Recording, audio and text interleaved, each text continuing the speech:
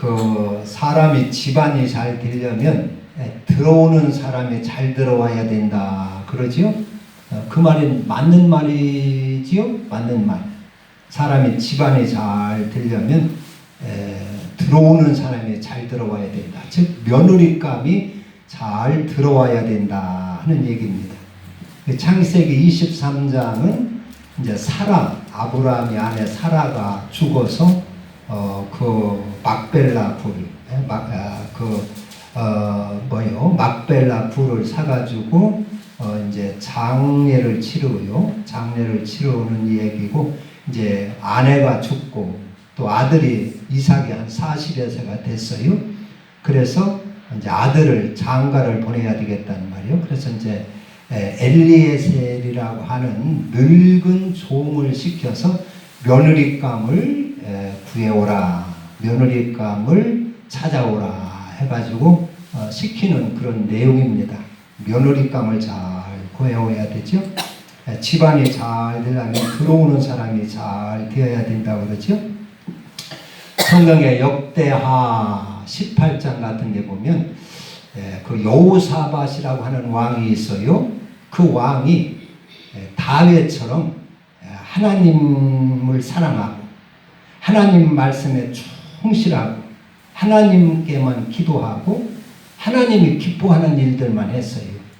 그래서 아세라상, 바알신 이런 우상들을 다 제거하고 백성들로 하여금 하나님을 믿게 하고 하나님 말씀으로 잘 다지고 하나님이 기뻐하는 일들만 이렇게 하니까 하나님께서 그에게 명예와 재산과 부귀의 그 아주 영광을 크게 달하도록 아주 그렇게 축복을 해줬어요. 그런데 이 여호사밧이 이제 나이가 들고 이제 후계자, 후임 왕을 세우려고 할 때 자기 아들이 여럿이 있는데 왕으로 세울 그 아들의 배필을 구하는데 누구를 구했느냐? 저 북쪽 이스라엘 아합 왕의 딸을 며느리로 택했어요. 그 북쪽 이스라엘의 아합 왕은 이세벨이라고 하는 그러한 그 이방 여인과 결혼을 해서 아주 나라가 우상을 막 섬기는 그런 그렇게 타락한 때였어요. 그런데 그 아합 그 북쪽 이스라엘과 잘 평화롭게 지내고 이제 왕실 간에 결혼을 하면 나라가 더러 든든하고 평화로울 것이다. 이런 정략적인 그런 생각에 아합의 딸 이달랴라고 하는 그런 아합의 딸을 자기 아들 여호람의 배필로 이렇게 며느리를 삼았어요. 그래가지고 하나님 앞에 그렇게 축복받아서 나라가 잘 되고 부귀와 영광이 그게 달았던 그 여호사밧이 하루아침에 쫄딱 망합니다. 며느리를 잘못 들여가지고 그 이달랴라고 하는 이 아합의 딸을 며느리로 삼았는데 이 여자가 아주 모사꾼이에요. 그래서 이 여호사밧이 죽을 때 자기 여러 아들에게 나라의 각 성들을, 좋은 성들을 이렇게 나누어 줬어요. 서로 형제 집안에 싸우지 않도록. 그래서 그 성을 다스리며 잘 먹고 살도록 나라의 여러 성들을 이렇게 형제 아들들에게 나누어 줬는데 이 여호람이 왕이 돼가지고 그 이제 이달랴가 자기 신랑을 부추기는 거예요. 여보, 당신의 동생들이 지금 저 각 성에서 지금 성주 노릇을 하고 있는데 그들이 힘이 크면 그들이 당신을 칠 것이요. 왕이 되려고 당신을 칠 것이니까 죽이려고 할 것이니까 그들이 힘이 자라기 전에 그들을 죽여야 됩니다. 그러는 거예요. 그래서 이 여호람이 그 아내 말에 이렇게 넘어가 가지고 자기 아우들을 각 성주들을 다 죽여버렸어요. 그리고 그 아들들을 죽이고 아내를 죽이고 그래가지고 아주 이 나라가 아주 피바다가 되고 쫄딱 망했어요. 그러니까 며느리 하나 이렇게 잘못 들여가지고 나라가 완전히 엉망진창이 된 거예요. 사람 하나 잘못 들어오면 이렇게 망하게 되는 것이다 하는 것입니다. 며느리를 잘 구해야 집안이 잘 되고, 하늘나라도 하나님 바꿔서 생각하면 하나님도 하나님의 며느리감을 구할 때 아무나 구할 것이냐? 하늘나라도 하늘나라 며느리가 잘 들어와야 하늘나라가 잘 될 줄로 생각할 수 있지 않겠어요? 그래서 성경에 보면 하늘나라는 좋은 물고기만을 이렇게 담는 것으로 표현을 했어요. 천국은 바다에 그물을 치고 고기를 많이 잡아서 그 고기를 이렇게 잘 골라가지고 좋은 고기는 그릇에 담고 나쁜 고기는 버린다고 그랬어요. 그러니까 하늘나라는 좋은 고기, 좋은 사람들이 들어가야 된다. 좋은 며느리가 하나님의 좋은 며느리감이 하늘나라에 들어가야 하늘나라가 잘 될 것이다 하는 것을 우리가 추측할 수 있는 그런 내용입니다. 그래서 여기 이제 그렇단 말이에요. 며느리감을 잘 골라야 되는데, 어떤 사람은 그 결혼을 해가지고 자식을 11명을 낳았대요. 11명. 11명이 나더라 부부간에 화목이 이루어지질 않은 거예요. 늘 서로 치그덕거리고 싸우면서 자식 11을 낳아가지고 길렀어요. 그래가지고 서로 싸우며 살다가, 야, 이거 도무지 당신과 나는 이게 사주가 안 맞는지 팔자가 안 맞는지 이가 못 살겠다 해가지고 마침내 이혼을 하기로 했어요. 그래서 둘이 이혼을 하기로 했어요.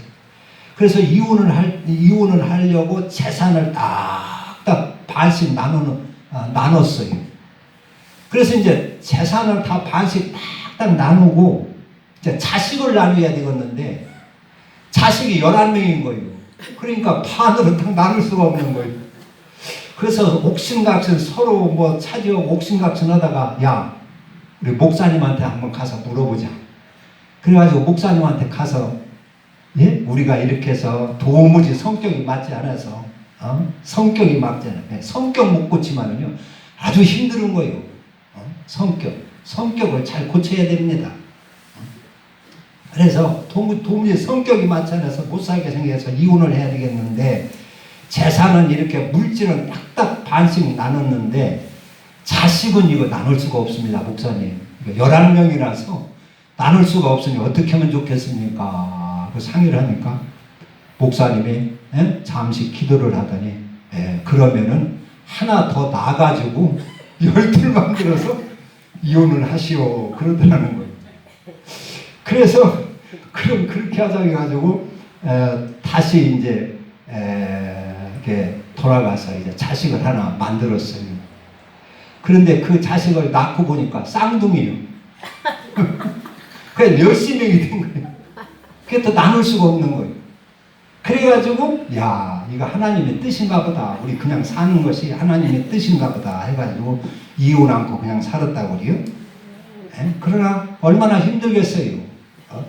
여자 잘못 만나고 신랑 잘못 만나고 하니까 얼마나 힘들었겠느냐 하는 것이지. 그렇습니다. 이 아브라함이 그래서 며느리감을 잘 골라야 되겠는데, 이 이삭의 이 며느리는, 이삭의 아내는 하나님의 약속의 그 자식이라는 말이요. 하나님의 나라를 잘 세우기 위하여 선택한 그 언약의 그 자식입니다.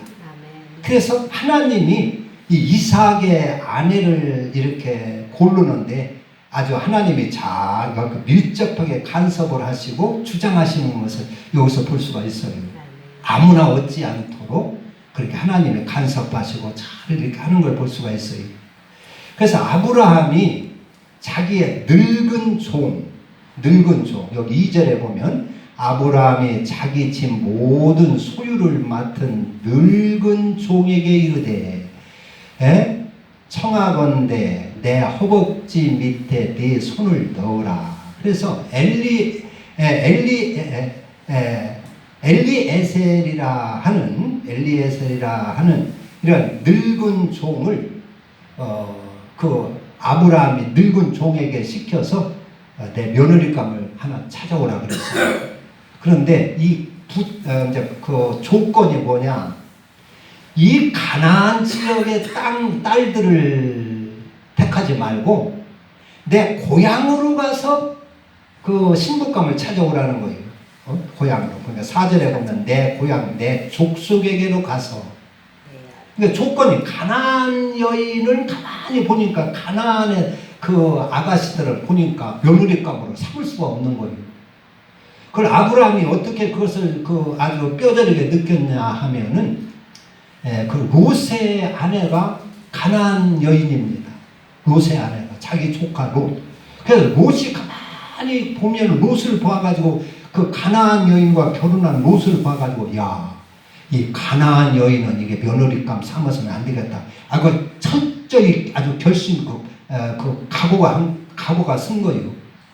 그 롯이 망한 것을 가만히 보면은 그 아내, 그 부인 잘못 만나서 롯이 망한 것이라 그런 얘기예요. 롯이. 그래서 소돔과 고모라가 불로 심판당할 때 뒤를 돌아보지 말고 얼른 피하라 할 때도 그 마누라는 잘 말을 듣지 않지요? 그래가지고 머뭇머뭇하고 잘 떠나지도 않고 뒤를 돌아보지 말라고 했는데 뒤돌아봐가지고 그냥 뭐 또 소금기둥이 튀고. 그래서 이 가나안 여인은 그게 아주 안 들어간 게 뭐예요? 성적으로도 문란하고 뭐 종교적으로도 그렇고 이렇게 해서 안 되겠는 거예요. 그래서 가나안 여인은 택하지 말고 내 고향으로 가서 내 가족들 그 내 가문 가운데서 하나 택해오라 그럽니다. 여기서 우리가 이제 교훈을 얻을 수 있는 것은 창세기 24장에서 우리가 하나님의 그 교훈을 받는 것은 우리가 늙도록 신임받는 일꾼이 되자 그렇게 할 수가 있어요. 여기 엘리에셀이 늙도록 늙은 종이라 그러죠. 늙은 종이라. 여기 이제 2절 아브라함의 자기 집 모든 소유를 맡은 늙은 종에게 늙도록 이 엘리에셀은 아브라함의 신임을 받은 거예요. 그러니까 며느리감을 이렇게 선택을 하려면 당연히 아브라함이 고향으로 가서 이렇게 아는 사람도 많고 하니까 아브라함이 가서 선택해 오야 될 것입니다. 그렇지 않으면 이삭 아들을 데리고 가서 네 마음에 드는 아가씨를 아들 마음에 드는 아가씨를 이렇게 또 찾아서 구해오야 될 것입니다. 그런데 아들도 안 보내고 자기도 가지 않고 늙은 종을 가는 거예요. 늙은 종을 보내는 거예요. 얼마나 이 늙은 종을 신임한 것인가를 알 수가 있어요. 이 엘리에셀이 얼마나 충성스럽게 주인을 섬기고 주인의 뜻을 잘 받들어 섬겼는가를 알 수가 있습니다. 그래서 이 늙은 종, 늙었지만서도 가정의 모든 소유를 다 맡겼다 그랬어요. 그리고 이 중대한 며느리감을 구하는 이 중대한 일도 이 늙은 종에게 이름을 하는 거예요. 맡기는 거예요. 그래서 그러면서 이 엘리에셀이 그 며느리감을 찾는 이야기가 이제 24장인데 상당히 길어요. 5페이지 정도가 이렇게 돼요. 그저 끝까지 아주 세밀하게 이렇게 나와 있어요. 이것은 우리가 늙도록 신임받고 사는 사람들이 되라. 하나님께 늙도록 신임받을 수 있는 일꾼이 되라 하는 것입니다. 신임을 하나님 앞에 신임을 받을 수 있어야 되죠. 신임. 공무원들은 국민들의 신임을 받을 수 있어야 됩니다. 신임을 받지 못해가지고 매일 뭐 탄핵을 한다, 뭐 무슨 삭대를 해라, 무슨 뭐 이렇게 그렇게 하면 안 되겠지요. 신임을 받을 수 있는 그러한 공무원도 되고 우리는 하나님 앞에 하나님께 신임을 받을 수 있는 성도가 되어야 할 것이다. 그래서 이 가나안 땅의 여인을 택하지 말고 내 고향으로 가서 택해라. 그래서 이제 자기들이 가지 않고 이 늙은 종을 보낸 것은 늙은 종의 충성되었고, 늙은 종이 또 지혜롭고, 늙은 종이 아주 믿을 수 있기 때문에 이런 중대한 일을 맡긴 줄로 믿습니다. 그러면서 그가 그 늙은 종이 그래요. 만약에 내가 가서 어느 아가씨를 이렇게 참 골라가지고 우리 주인 이삭과 결혼을 하겠느냐 물을 때, 아니 보지도 않는 총각을 보고 내가 어떻게 시집간단 말입니까? 얼굴이라도 봐야 하지 않습니까? 나는 또 거기 낯설고 물서는 데 가서 살 수가 없습니다. 보기를 원합니다. 그 신랑감 총각을 데려오시오. 그렇게 한다면 어떻게 해야 합니까? 물어요. 이 엘리에셀이 아브라함에게. 그러니까 절대로 내 아들을 그리 데려가서는 안 된다는 거예요. 만약에 아가씨가 신랑감을 총각을 오라고 한다면 그 아가씨는 우리가 관계없는 아가씨다. 다른 아가씨를 택해라. 절대 내 아들은 그리 보낼 수가 없다. 왜냐하면 여기 가나안 땅은 하나님의 약속의 땅이고 하나님이 주시기로 약속한 땅인데 내 아들이 여기를 버리고 떠날 수가 없다. 그리고 자기도 안 가고 아들도 안 보낸 것은 만약에 고향에 장가들로 색식감 구하러 고향에 갔어요. 고향에 가면 친척들도 있고 그런데 거기서 막 붙든단 말이에요. 처갓집에서 붙들고 사돈댁에서 붙들고 그러면 뭐 나그네 생활이니까 객지가 그러니까 얼마나 고달프고 힘들겠어요. 그런데 고향에 가니까 막 아는 사람도 많고 친척도 있고 하니까 막 붙들으면 거기 주저앉고 싶지 않겠어요? 거기에 주저앉게 될 가능성이 많단 말이에요. 더군다나 총각들 아가씨에게 그 눈이 팔리면은 눈이 돌면 뭐 물불 가리지 않지 않습니까? 그러니까 가면은 여기 하나님의 약속의 땅 돌아오기가 어렵다. 이렇게 판단을 해서 아브라함이 절대로 거기 우리 아들 데리고 가면 안 된다. 그러니까 아브라함이 이런 것을 보면은요, 하나님과의 그 언약을 철저히 지키는 사람이고 하나님께 대한 믿음이 아주 아주 견고한 사람입니다. 늘 믿음으로 사는 사람입니다. 하나님의 그 언약을 늘 마음에 품고 그리고 참 하나님을 의지하고 하나님을 믿음으로 사는 사람인 것을 여기서 볼 수가 있어요. 절대로 고향 땅에 가서 붙들리면 안 된다는 것이죠. 그래서 아들을 데리고 가지 말라 하는 것입니다. 그래서 그 엘리에셀이 낙타 10마리에다가 가장 그 좋은 귀중품들, 금은 보석 귀중품들과 가면서 먹을 식량 이런 걸 다 짐짝을 꾸려가지고 낙타 10마리에 짐짝을 꾸려가지고 이제 신부감을 고르러 그 아브라함의 고향을 찾아갑니다. 고향 메소포타미아로 가는 것입니다. 메소포타미아 나홀성 10절에 보면 이에 종이 그 주인이 낙타 중 10피를 끌고 떠났는데 곧 그의 주인의 모든 좋은 것을 가지고 떠나 메소포타미아로 가서 나홀성에 이르렀다. 그랬습니다. 나홀성에 이제 이렇게 갔는데 참 이게 막연하지 않습니까? 이 종한테는 이게 막연한 일입니다. 여기서 지금 저 대전이나 천안쯤 가가지고 신부감 하나 찾아오라고 하면 얼마나 막연한 일입니까? 얼마나.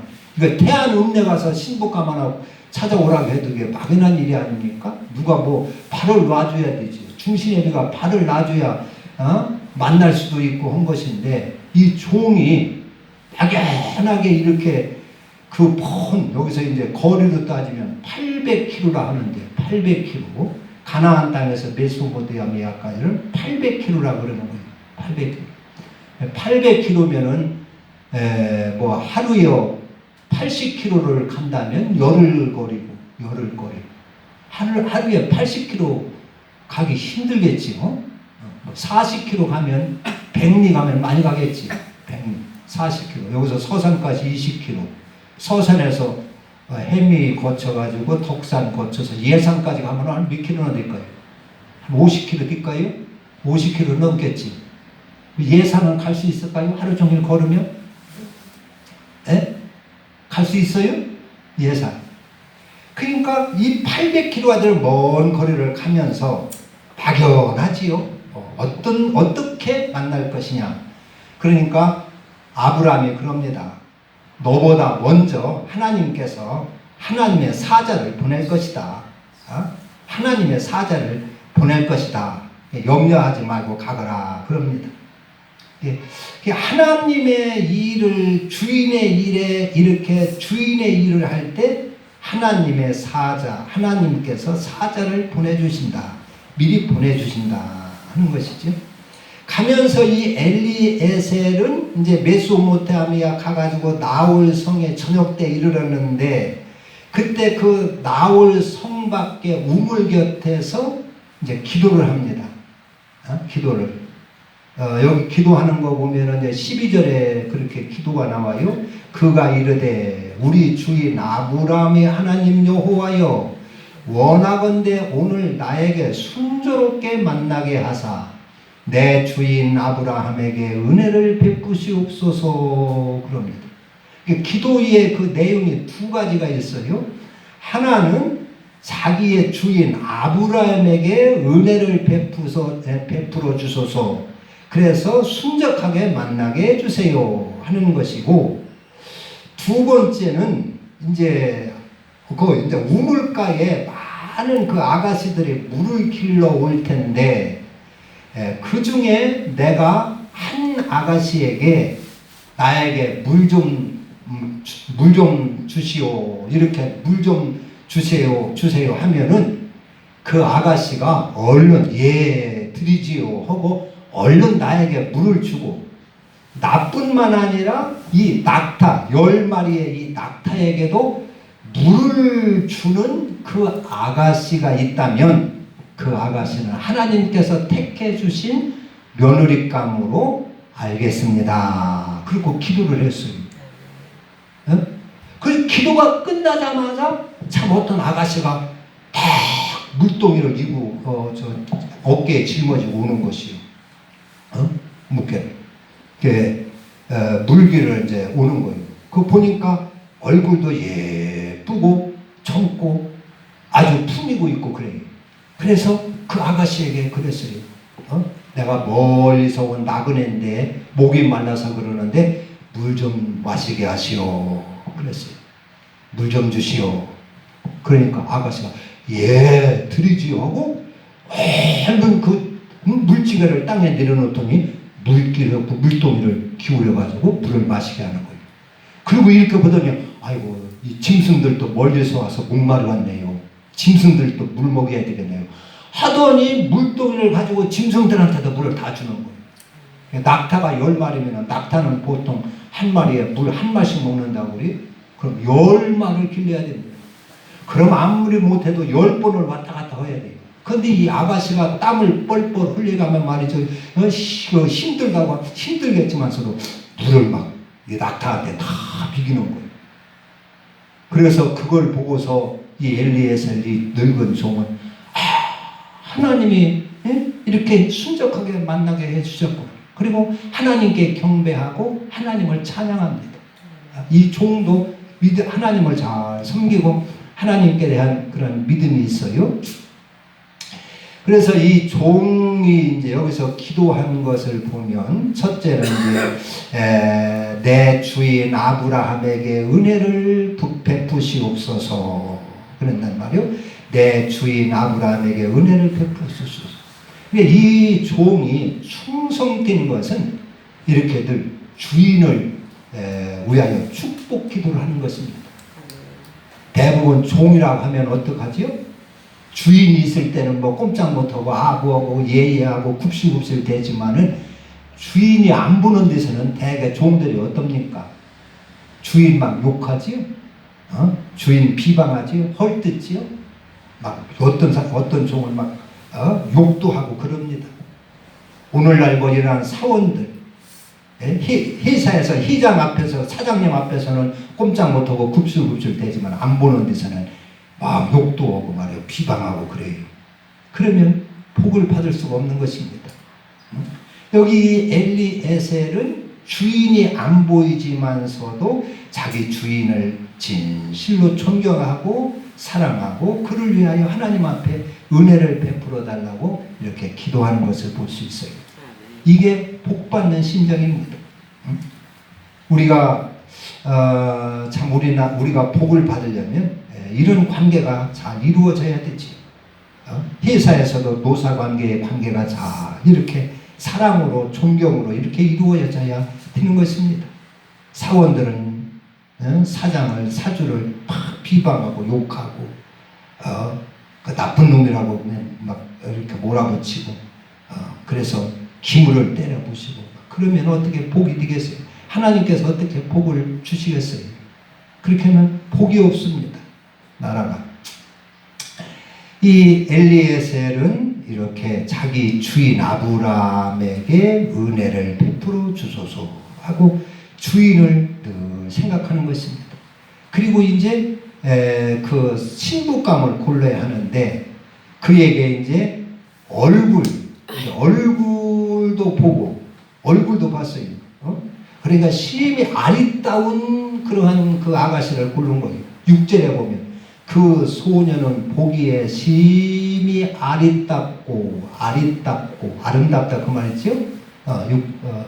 16절 아리답고 지금까지 남자가 가까이 하지 아니한 처녀더라 그가 우물로 내려가서 물을 그 물동이에 채워가지고 올라오는지라. 그러니까 여기서 이제 이 엘리에셀이 신부감을 고를 때 뭘 받느냐? 이제 얼굴이 좀 예뻐야 될 것이고, 그 다음에 그의 심성을 본 것이요. 심성. 과연 이렇게 나그네를 잘 섬길 수 있는 그러한 고운 마음이 있는가? 남을 섬기는 고운 마음이 있는가? 나밖에 모르고 남을 전혀 배려하지 않고 아니 당신이 나하고 무슨 상관이 있습니까? 난 당신 알지 못해요. 무슨 이 거지 같은 노인네가 와가지고 물 달라고 한다고 뭐 먹고 싶으면 떠먹어요. 뭐 이렇게 할 수도 있거든요. 그런데 그렇지를 않았어요. 그 노인 양반이 피곤하게 이렇게 해서 목말라 하니까 물을 잘 떠서 이렇게 곱게 기분 좋게 드리는 거예요. 그리고 그 낙타에게도 물 10동이를 가서 이렇게 기르려면 얼마나 힘들겠어요. 그 자리에서 퍼갖고 준다 해도 땀이 날 겁니다. 그런데 그것을 이렇게 기쁨으로 막 하는 거예요. 그러니까 볼 때 얼마나 그 예쁩니까? 그러니까 우리가 그 하나님한테 복을 받으려면 심성이 복되어야 됩니다. 심성이 고와야 됩니다. 심성이 자기밖에 모르고 자기 욕심만 챙기고 하면 하나님의 복을 받을 수가 없는 것입니다.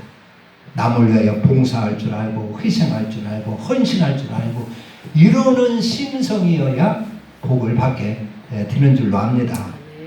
그런 사람. 그래서 이 엘리에셀은 신부감을 볼 때 그 심성을 보고 그리고 또 그의 건강을 보는 거예요. 건강. 낙타 10마리에다가 물을 막 이거 드러나려면 건강하지 못하면 또 하기 힘들지요. 그러니까 건강해야 되고 얼굴을 예쁘고 얼굴이 또 아름답고 심성 좋고 이것은 우리가 영적으로 보면 우리가 이 성도가 이 세상에서 신앙생활을 하면서 가장 그 중대한 과업이 있어요. 우리는 보통 예수 믿고 구원받고 그 후에는 막 기도해서 복 받으면 되는 건 줄 아는데 우리가 이 땅에서 이루어야 할 과제가 중대한 것이 둘이 있습니다. 그 하나는 뭐냐? 우리의 죄성을 다 뽑아내는 것입니다. 에덴 동산에서 마귀로부터 우리에게 스며든 그 죄성, 독사에게 물린 독을 다 제거해야 됩니다. 그게 영혼이 사는 것입니다. 그러니까 그래서 내 영혼을 아름답게 하나님의 형상으로 회복시키는 것이 우리가 이 땅에서 해야 할 가장 중대한 과제입니다. 내 영혼을 회복시켜 하나님의 형상으로 회복시키는 것. 하나님께서 창조할 때에 우리에게 주신 그 하나님의 형상, 그것을 회복시키는 것이 가장 우리에게 큰 중대한 과업입니다. 그래서 죄성, 뱀의 그 독성을 다 제거하고 시기, 질투, 미움, 교만, 나쁜 성질, 고집, 이런 죄성들을 다 버리고 물과 성령으로 거듭나는 것입니다. 하나님의 형상으로 거듭나는 것입니다. 그것이 내가 해야 할 이 땅의 과업입니다. 그리고 또 한 가지는 뭐냐? 우리는 그리스도로, 하나님의 법도로, 하나님의 계명으로 우리가 희생하고 충성하는 것입니다. 나의 그 희생의 공력을 쌓는 것입니다. 하나님의 법도로 사는 그 공력을 쌓는 것입니다. 그것이 우리가 이 땅에서, 성도들이 이 땅에서 해야 할 중대한 과제입니다. 그냥 이제 예수 믿고 구원받았으니까 이제는 기도해서 복이나 받고 잘 먹고 잘 살자, 부자 되자, 그러는 것이 아닙니다. 하나님의 죄성을 다 뽑아서 여기 리브가처럼 아리따운 자기를 만들어야 된다, 그 말입니다. 아리따게 하나님의 신부로서 아리따운 그 신부가 되어야 된다는 것이 신부가. 그리고 그 죄성을 다 뽑고 그리고 충성하고 봉사하는 것입니다. 하나님의 나라를 위하여, 하나님을 위하여 땀 흘려 수고하고 봉사하며 그 공적을 쌓는 것이 우리가 성도들이 이 땅에서 해야 할 신앙생활인 줄로 믿습니다. 기도합니다. 하나님 아버지,